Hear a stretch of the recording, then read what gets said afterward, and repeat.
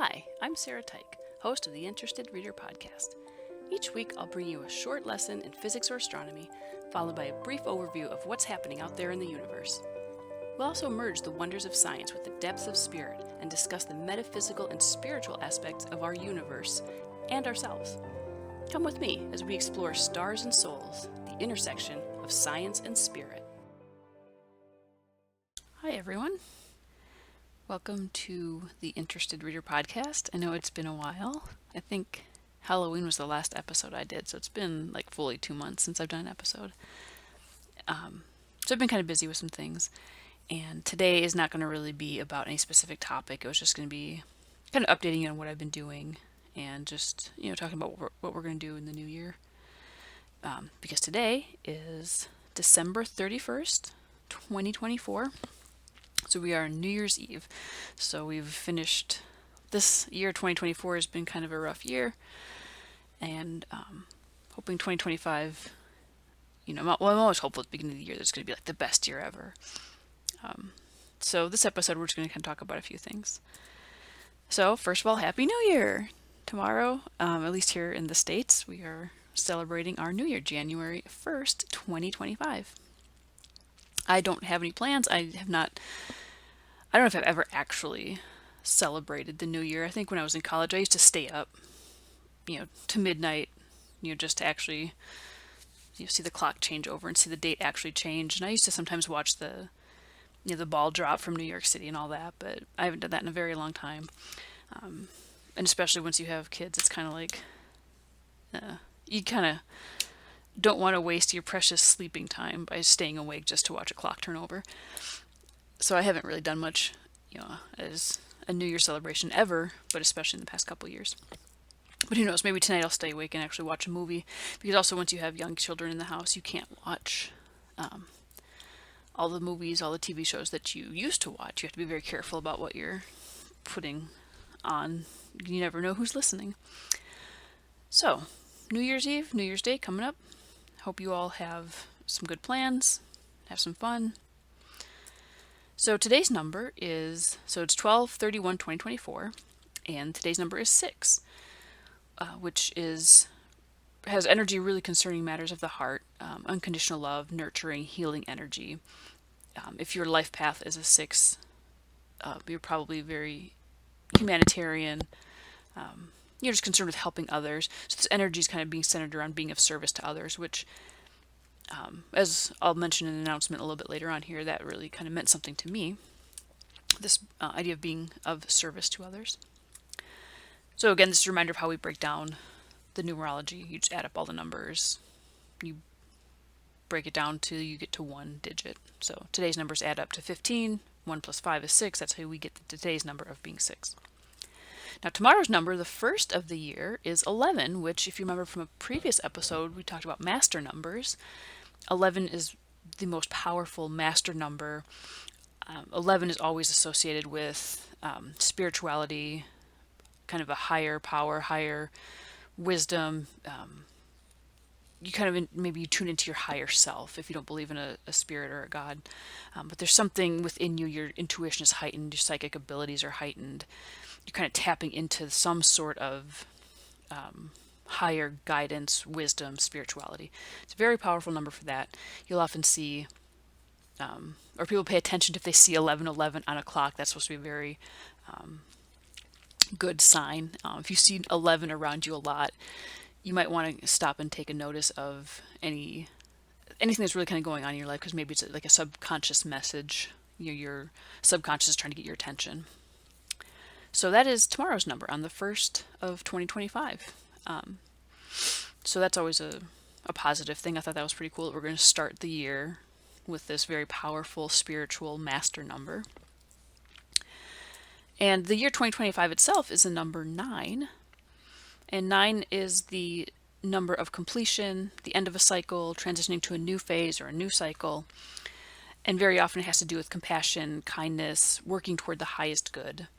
And again, 9 also has a connection to kind of an inner wisdom and spirituality. So I think that's pretty cool that not only on the first we're getting this master number 11, but the year itself, 2025, is about the completion of a cycle, transitions, compassion, and kindness. So that's cool for numerology if we're into that, and I am into that. So first of all, I always like to have a kind of a quote of the day, or in this case, it's been like the quote of the 2 months. So this comes from 1 Corinthians 2:9, and the quote is, "Eye has not seen, nor ear heard, nor have entered into the heart of man the things which God has prepared for those who love him." And this has been in my mind a lot lately, just because I think, struggle with this idea of being successful. I mean, I have kind of like your regular day job, and it's a paycheck and benefits and all that, but it's not very fulfilling spiritually. And so I'm always kind of thinking, well, there's got to be more, and I have to do something more. But is there more? Maybe I should just kind of stay safe. I should just keep collecting that paycheck because I know it's pretty much guaranteed. It's safety. It's just not fulfilling. And so sometimes I wonder, is it kind of the right thing to do? Is there more out there for me? Is it the right thing to do to maybe quit my job and pursue something that I want, that would actually be spiritually fulfilling, maybe not monetarily fulfilling? And so this scripture always has kind of reminded me that, yeah, there is more. And the things that are out there for you, you haven't even imagined, you haven't even dreamed of the things that God has prepared for you.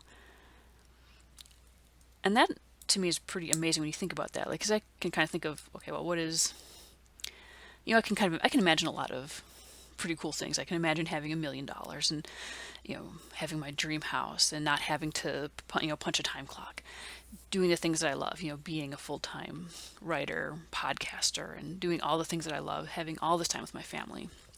And so I can imagine quite a lot. But in this scripture, we see that you've never even really imagined, nor it hasn't even entered into the heart of you what God has prepared for you. So you can't even imagine what he has. The things are so far beyond your imagination that God has ready for you, and it's all there, and it's there. He's planned it. It's okay for you to go ahead and accept it. So that's really been in my mind a lot lately, and kind of starting this new year with this idea of allowing the success in. Because I think a lot of times, we're kind of afraid of success. I often have thought, like, I apply for a job somewhere, and I'm thinking, what's the worst that could happen? They don't hire me. I don't get the job. Okay, maybe. But then I kind of think, well, really, the worst that could happen is that I do get the job. Because now I really have to make that decision. Do I take a new job? It's new and different. Maybe I have to move somewhere. I have to start all the way back over. It's a job I want, but it's not the job that I'm familiar with, that I've known for 16 years. So now I have to make this decision. And then if I take the job, then what? Now there's uncertainty. Now it's not safe. I have to give up some control. So it's kind of like, what really is the worst that could happen? Sometimes we're afraid that I think success is the worst that can happen to us, because then we have to start maybe coming out of our shell. We have to start doing things outside of our comfort zone. It's not safe. It's not guaranteed. But, maybe it is. Like, so why? I think I'm at the point where I'm maybe prepared to take that leap, to be not safe, to have the uncertainty, and just to allow the success to happen. And I am just prepared to be uncomfortable, to take the risks, knowing that God has these things prepared for me that I can't even imagine. It's there if I'm just willing to allow it in. And I think finally, kind of with the way things have been going, I really am kind of preparing myself and trying to really be ready to take those risks, to have success. So I've just been thinking a lot about this quote lately. So hopefully with the new year, with the number 9 or number 11 tomorrow, be a good start to New Year's. And hopefully a good start to a cycle of success and prosperity. All right, so next we'll talk a little bit about space news before I get to some of the other announcements that I have. So what's going on in January 2025? So we've got a meteor shower coming up. We've got a full moon that's called a wolf moon, and then a couple interesting things with Mars. So first of all, our meteor shower is the main one from this month is called the Quadrantids. And this originates in the constellation Boötes, which was originally called Quadrans Muralis. It's a constellation that's now obsolete. I always wondered where they got the name Quadrantid from, and it's because the constellation it used to be known as the constellation was Quadrans Muralis. This was like in the 1850s, 1860s. A French astronomer kind of designated this constellation. And so that's what this meteor shower was originally named for. But in the 20s, the International Astronomical Union put together a list of the official constellations, and they left out Quadrans Muralis. So now the constellation Boötes is the closest one that you'll find. And the way to find Boötes is, Arcturus is the brightest star in the constellation. If you're watching on the screen here, you can kind of see it's at the bottom part of the constellation. So Boötes is a herdsman. So the main kind of section is his body. He's got like a club or something raised. And then Arcturus would be kind of like where his legs are. It's the brightest star. It's a red giant. We've mentioned it a few times. So Arcturus is the brightest star in this constellation. And if you can find the Big Dipper in the northern part of the sky, you find the handle. You follow the arc of the handle, follow the arc to Arcturus. And if you just take the handle of the Big Dipper, that arc, and just keep continuing that arcing path, you'll come right to Arcturus. And that's the constellation Boötes. And that's where you'll find the Quadrantid meteor shower. And it's going to be peaking here around January 3rd. I think it goes until January 14th or 16th. And it is going on right now. I think it started around December 24th-ish, maybe. So you still have a few more days. It's where I've been. It has been nonstop clouds for the past like 2 weeks and fog. I haven't seen the sun in I don't know how long. And the stars, I mean, sometimes at night it's a little bit clearer, but definitely if you can find the Quadrantids, it's supposed to be one of the best meteor showers. It's known for its really bright fireballs. Averages, I think, around 100, 120 per hour, but it can get up to 200 if you're under ideal conditions. So that's always a fun one to look for. The only problem is that it always peaks with most meteor showers. It's close to dawn or midnight. And in January in Iowa, it is too cold for me to be standing out there watching for meteor showers. So I typically miss these. But if you want to brave the cold, if you're up here in the northern hemisphere, maybe take a look. So the full moon in January is called the wolf moon. It is named for wolves that are typically active during this time of the year, howling at the moon. This happens on January 13th. And on the 14th, the moon is going to pass in front of Mars. This is known as a lunar occultation. So whenever a body passes in front of another one, it's called an occulting of the smaller body. Or the one that is, I guess, behind. So sometimes Venus will pass in front of the moon, or the sun, sorry. And we'll say that Venus is occulting the sun, is passing in front of the sun. So on the 14th, the moon passes in front of Mars. So you'll actually, Mars will be blocked out of our view for a few minutes. And that is called a lunar occultation. And so that kind of brings us to our next one of our events that's happening with Mars. So on January 16th, Mars is in opposition to Earth. So that means that it will have its brightest and largest appearance on the 16th. This will happen in the constellation of Gemini. So if you can find Gemini in the sky, Mars will be the brightest object. It'll have a magnitude of minus 1.45, and I think at that time it is the brightest object in the sky. Usually the star Sirius is the brightest.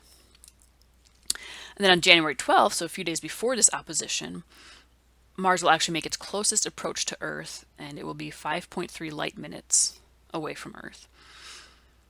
And again, this lunar occultation that happens on the 14th, it's just kind of a fun thing to see. You can actually, the planets are actually lining up, like Earth, Moon, Mars, in a line, like directly in line. One of them is actually blocking our line of sight of Mars, so that's kind of fun to see.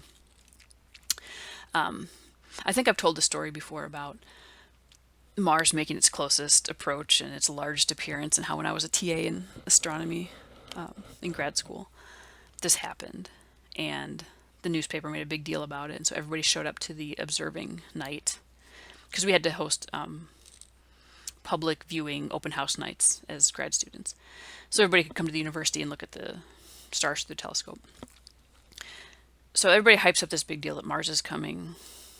It's going to be its closest appearance to Earth, and they put, if you're watching on the screen now, this picture of Mars basically gets shown all over the papers. It's the iconic, classic red planet picture that we get from, Hubble, and that NASA's released, and it's this beautiful picture of Mars. And so everybody kind of thinks that that's what they're going to see because it's the closest approach to Earth. And I wasn't there on this night. This was not my scheduled night to host observing night. And I'm so glad, because the line was like 3 hours long of people waiting to go up to the top of the roof of the building, the astronomy building on campus, and look at Mars. It doesn't really look any different to the naked eye. We had a telescope, but it looks the same. And it just looked like a red dot of light. And that was it. It didn't look any different than on any other night. And it's not the idea of this closest approach thing to, I don't want to say normal people, but to normal people, non-astronomers.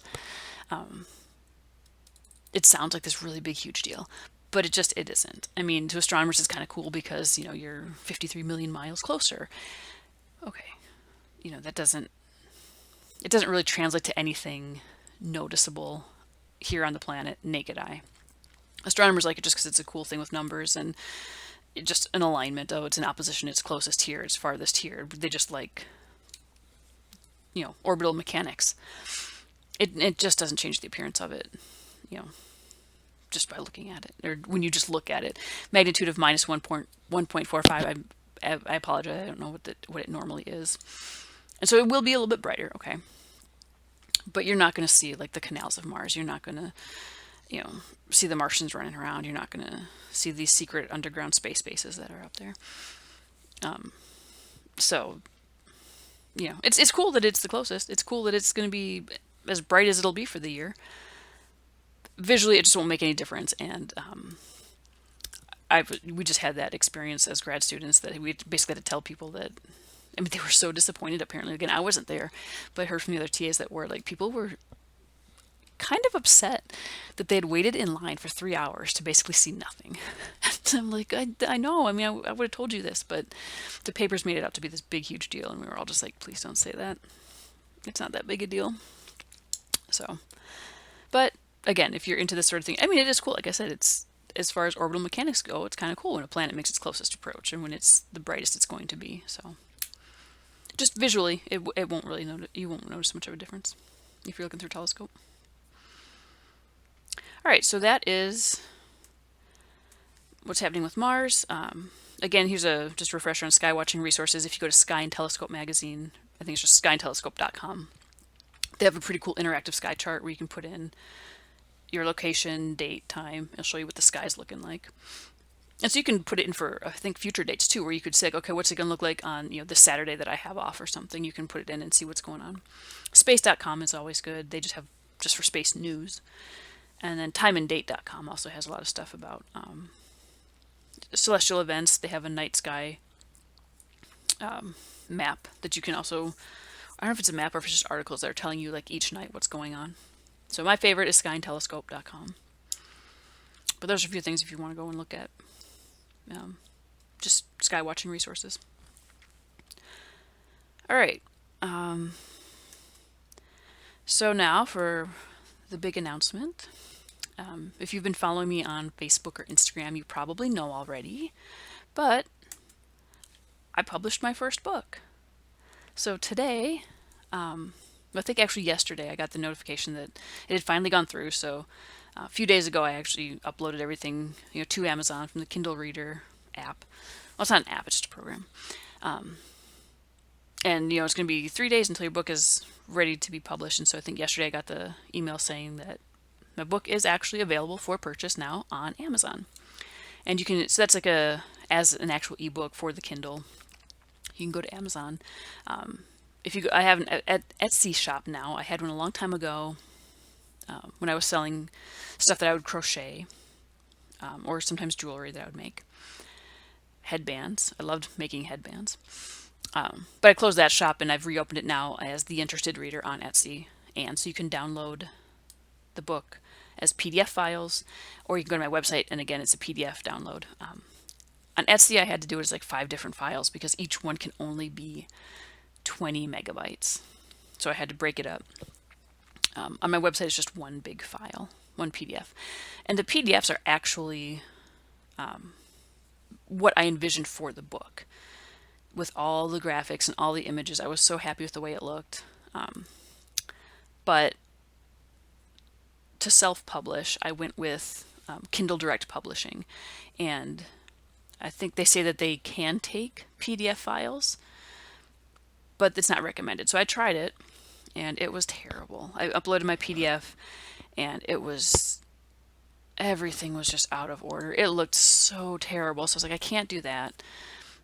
So the best way to get the best look on the Kindle Reader was to create the book in the Kindle Direct Publishing program, which does not really allow for images. I mean, you can put them in, and I did, but it's not nearly as cool as the PDF files because they're not going to be in color. I don't think readers are in color. Maybe you have one that does. I have a Nook that does not have color on it. But yes, so I had to leave out a lot of images, and you had to replace them so that they would fit in the ebook format. So it's not, the ebook is not nearly visually what I wanted. The PDF downloads are exactly what I was looking for, and I have, I think, really cool background images and just some neat graphics in there. So you can do PDF on my website or an Etsy, or the ebook on Amazon, and we'll just kind of take a look here. So this is on Amazon. So the title is called Astronomy for the Soul, and I'm sure I've talked about it on the podcast. But maybe I didn't promote it as much because I wasn't sure when I was going to get it done. I know my website had said I was going to have it done this fall. It's coming this fall, and then finally I just did it. So at least I got it in this year. So I was pretty excited that that's how I wrapped up 2024, is by publishing my first book. So it's $2.99 as the Kindle edition. I'm kind of working on getting a paperback or hardback version. That's going to take a little bit extra time because I started to do it, and I have to get a different format. It can't be apparently the KDP file that I used to make the ebook. They want, I think, a Word document or something to make the paperback. I don't know. It just got to be too much. Like, I'll have to come back to that. So anyway, for now, Kindle edition, $2.99 on Amazon. I have it for a little bit more on my other platforms. I was hoping I could get some other images here.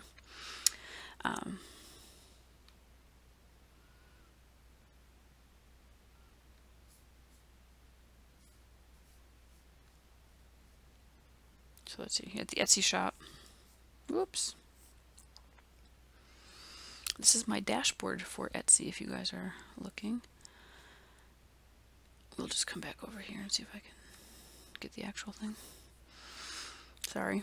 Talk amongst yourselves.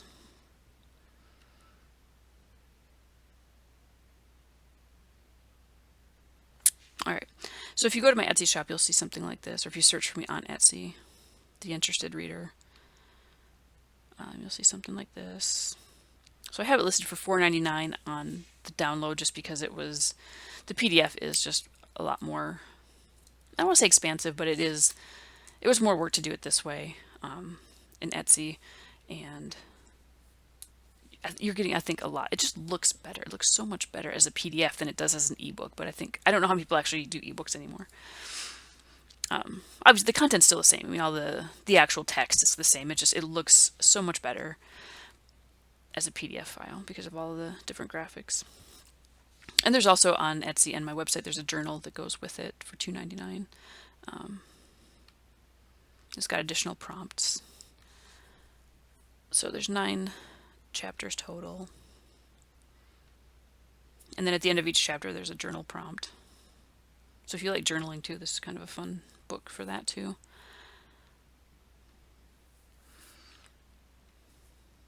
So like this picture here that I've got, like the evolution of stars. I couldn't do this in the Kindle version because I couldn't do this background of stars going from a white dwarf up to a red dwarf. It just wouldn't happen as an ebook, but the PDF has a lot of things like that where there's a lot of really cool background images that I really love. I love doing stuff like that. So that's my book from Etsy. Again, I think if you go to download it from Etsy, it's going to be 4 files. And I haven't looked into actually like, do I try to zip this into a file? I tried zipping one file. It did not help at all. It went from like 25 kilobytes to like 23 and a half, and the limit is 20. So, but I can play around with the format if you guys let me know if there's something weird or if you know of a way to do it and you don't want to sit here and download 4 PDFs. Let me know. I'll work on it.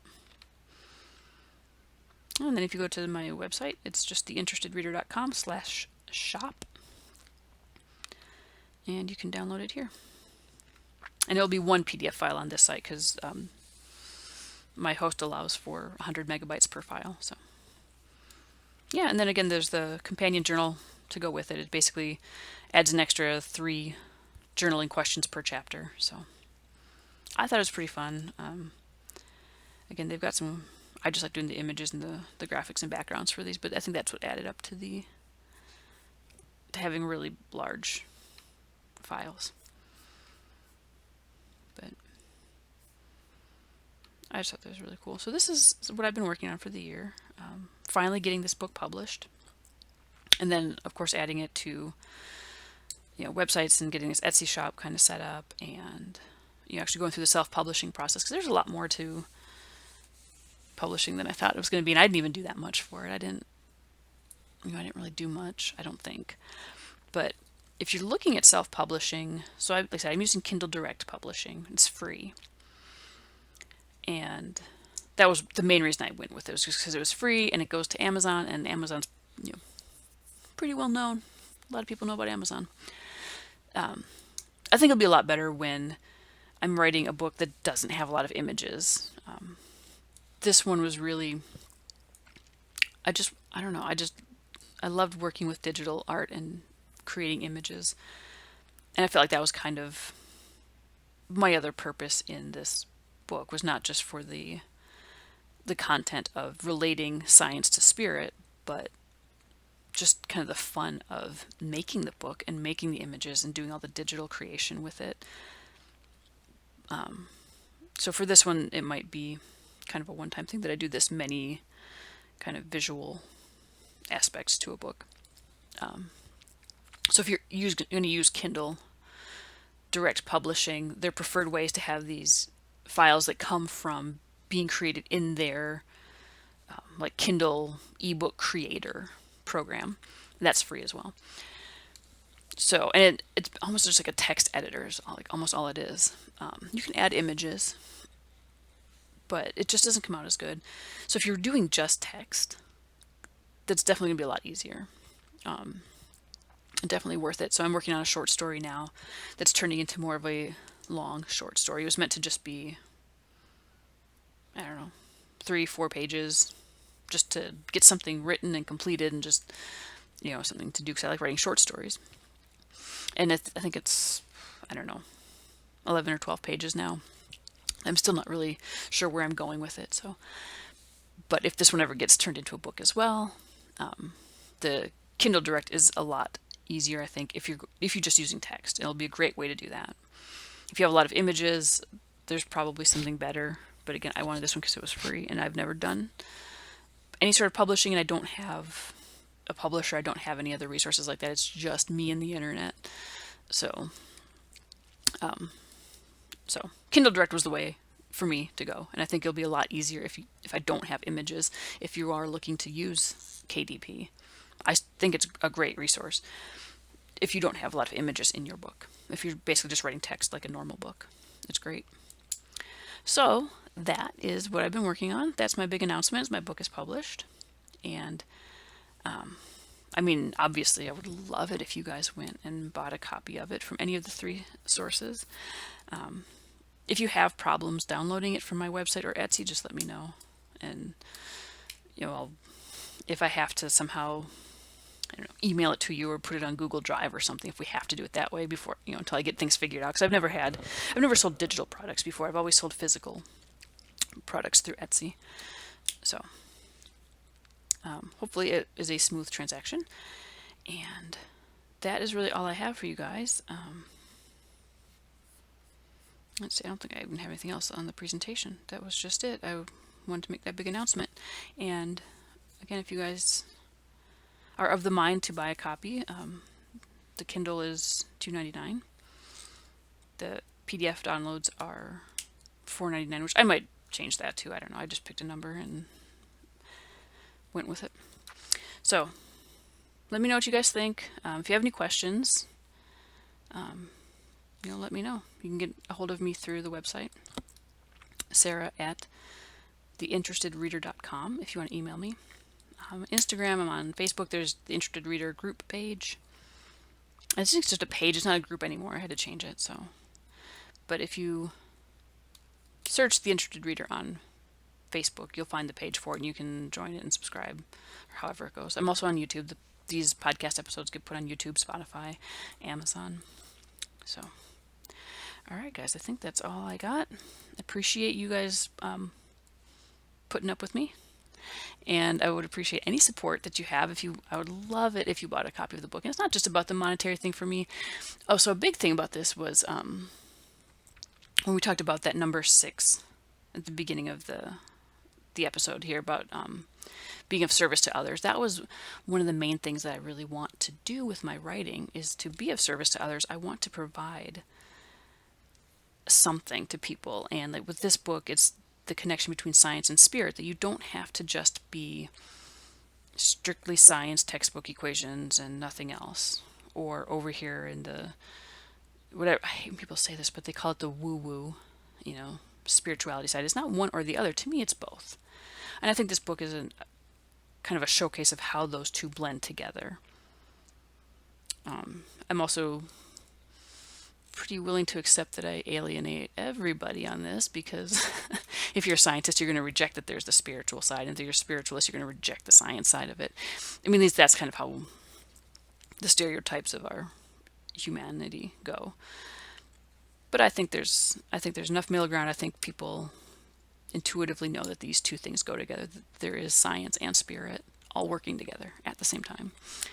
But I am hoping that I can be of service to others through the podcast, through my writings. And eventually, I would like to get back into teaching. I have a few things on the website about, some workbooks.